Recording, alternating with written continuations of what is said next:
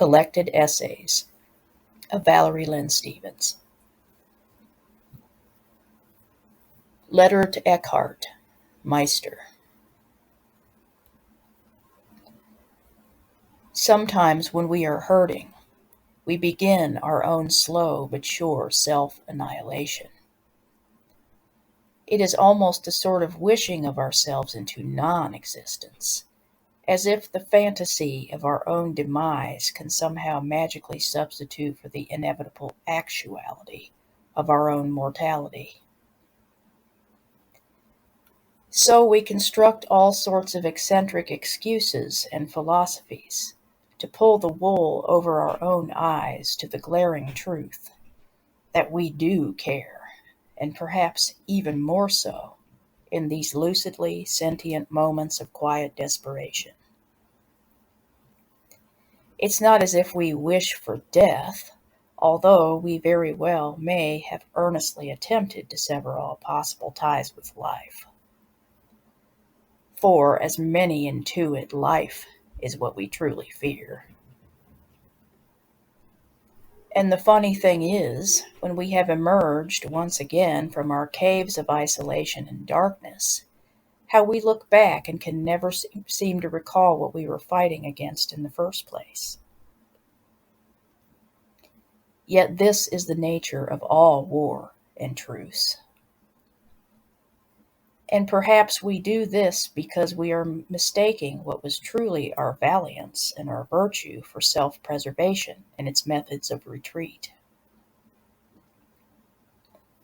And yet each phase and turn of suffering and then relief bears a seemingly new longing for a time when we will learn how to walk strong and proud to never falter again. Yet just as much as we wish we could believe this into fruition, we also know that it can never be. So we just reason that maybe this time we will at least gain something worth suffering for. Otherwise, the clock stops, and every minute is an eternity, every hour 100 of them. Every day, every week, every month, every year, every decade, century, millennium, and the cycle of our innermost evolution continues. And yet still we wonder, can a human entity thus so fragile, complex, and limited truly ever evolve? Can we ever really change? And then suddenly, someday, we sense a shift from deep within. Indescribably intangible, yet there, nevertheless.